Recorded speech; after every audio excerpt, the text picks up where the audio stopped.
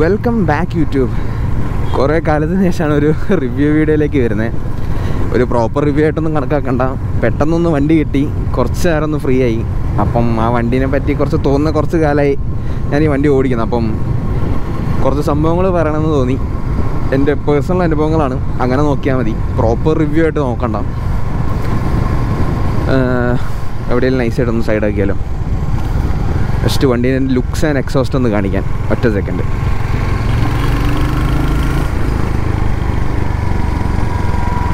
തൽക്കാലം ഇവിടെ സൈഡാക്കാം.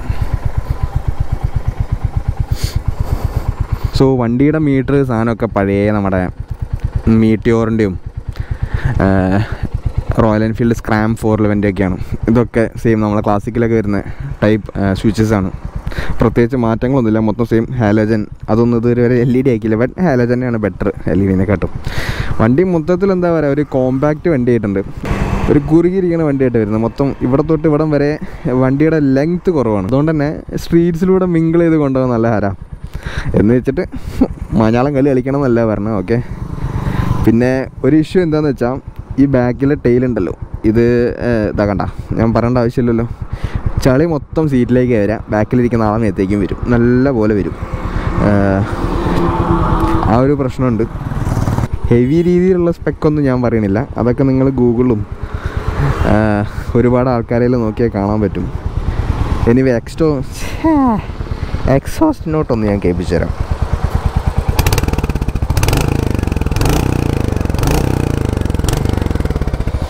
അതാണ് സാധനം. ഏതാല്ലേ, സീറ്റ് കംഫേർട്ടും നൈസാണ്, നല്ല കുഷിൻ്റാണ്. കുറച്ചുകൂടെ ബാക്കോട്ടൊക്കെ കയറി ഒരു കഫേ റേസർ മോഡൊക്കെ ആയിട്ടിരുന്ന് ഇങ്ങനെ ചില്ലായിട്ട് പോവാം. ഇത് ബ്ലിങ്കിങ്ങിലായിരുന്നു. ഞാൻ 100 രൂപയ്ക്ക് പെട്രോൾ അടിച്ചിട്ടുള്ളൂ, 2 കട്ട കയറി. ഇതിൻ്റെ ടാങ്ക് എത്രയാണെന്ന് എനിക്ക് ഓർമ്മയില്ല, ഉള്ളത് പറയാലോ.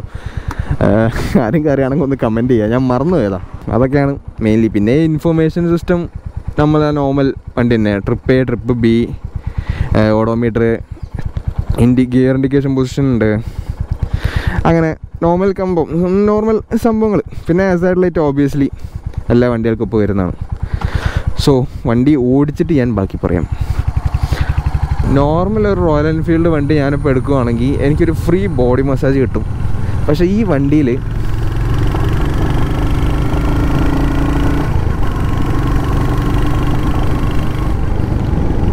ആ ഒരു വിഷയമില്ല. ലൈക്ക് എന്താ പറയുക, ഇത് റോയൽ എൻഫീൽഡിൻ്റെ ഒരു വണ്ടിയാണോ എന്ന് തന്നെ നമ്മൾ സംശയിക്കും, കാണുമ്പോഴല്ല ഓടിക്കുമ്പോഴും. ആ വണ്ടിയുടെ വെയിറ്റും, ആ വെയിറ്റ് ഞാൻ 2 വണ്ടികളിലേ ഇല്ലാതെ കണ്ടിട്ടുള്ളൂ. ഒന്ന് നമ്മുടെ സ്ക്രാം 411, അതിലും പിന്നെ അതിനെക്കാട്ടും കുറച്ചുകൂടെ വെയിറ്റ് കുറഞ്ഞ വണ്ടിയാണ് ഈ 100. വെയിറ്റ് എക്സാക്ട്ലി എത്രയാണെന്ന് എനിക്ക് ക്ലിയർ ഓർമ്മയില്ല. ബട്ട് നമുക്ക് ഒരു സാധാരണക്കാരന് റോയൽ എൻഫീൽഡ് ലൈക്ക് എന്താ പറയുക, വെയിറ്റ് കാരണം ഒഴിവാക്കി പോണ റോയൽ എൻഫീൽഡുകാർ ഉണ്ടാവില്ലേ,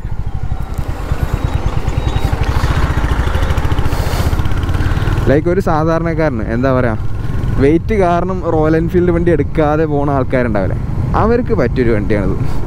350 cc, സൗണ്ടിന് സൗണ്ട്, ലുക്സിൻ്റെ കാര്യം പറയണ്ട. ലൈക്ക് ഓരോ സിഗ്നലിൻ്റെ അടുത്ത് എത്തുമ്പോൾ നാട്ടുകാർ ഇങ്ങനെ ചോദിക്കും, എത്രയാണ് വണ്ടി, എത്രയാണ് സ്പീഡ്, ഏതിൻ്റെയാണ്, Royal Enfield I mean Royal എൻഫീൽഡിൻ്റെ ആണോ ചോദിക്കുമ്പോൾ റോയൽ എൻഫീൽഡ് ഈ വണ്ടി ഇറക്കിയിട്ടുണ്ടോ എന്നൊക്കെ, അങ്ങനത്തെ ഒരു വൈവിലാണ് ചോദിക്കണത്. കാരണം ഒരു proper British motor cycle look ഉണ്ട് ഈ വണ്ടിക്ക്.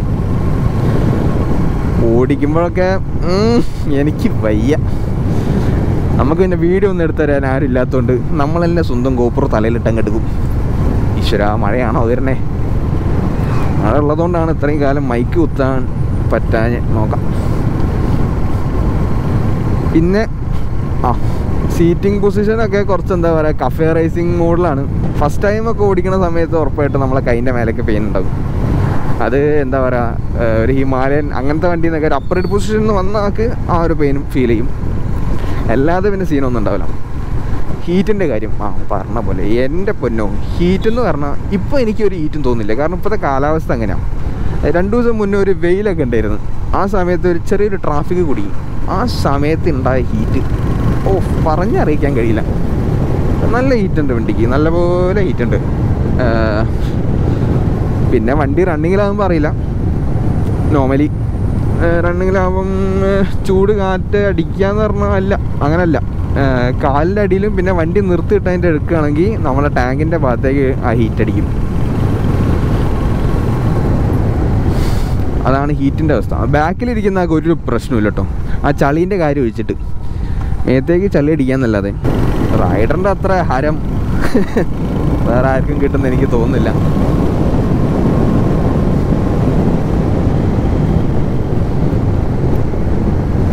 ഈ വണ്ടി നോർമൽ വണ്ടിയുടെ വൈബ്രേഷനായിട്ട് കമ്പയർ അല്ല ഞാൻ ചെയ്യുന്നത് കേട്ടോ. റോയൽ എൻഫീൽഡ് വണ്ടികളിൽ നിന്നുള്ള കമ്പാരിസനാണ് ഞാൻ ചെയ്യുന്നത്. അത് വെച്ച് നോക്കുമ്പോൾ വണ്ടി പൊളി സാധനം.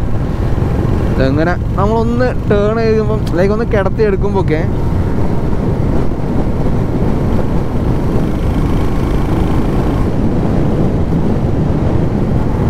ഒന്ന് കിടത്തി എടുക്കുമ്പോഴൊക്കെ നമുക്ക് ആ പണ്ടത്തെ വണ്ടിയൊക്കെ ആണെങ്കിൽ ആ ഒരു എൻജിൻ വെയിറ്റ് ഒക്കെ അറിയും.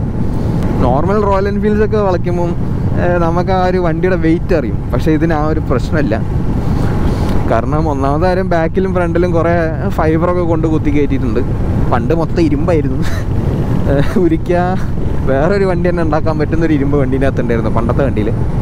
ഇപ്പം അത് കുറേ കുറച്ചിട്ടുണ്ട്. അതാണ് നല്ലത് ആക്ച്വലി. മൊത്തം ഇങ്ങനെ സോനാക്ക പരിയെന്നൊക്കെ പറയണേരി അതിൻ്റെ ആവശ്യമൊന്നുമില്ല. ഇവിടെ നല്ല സ്പോട്ടാട്ടോ.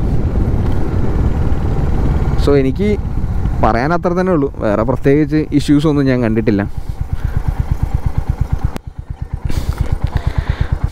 വണ്ടി വാങ്ങാൻ താല്പര്യമുള്ളവർ ഉറപ്പായിട്ടും വാങ്ങും. കാരണം വണ്ടി പൊളിയാണ്, പൊളി സാധനമാണ്. 2.10 ഓൺ റോഡ് വരുന്നത്.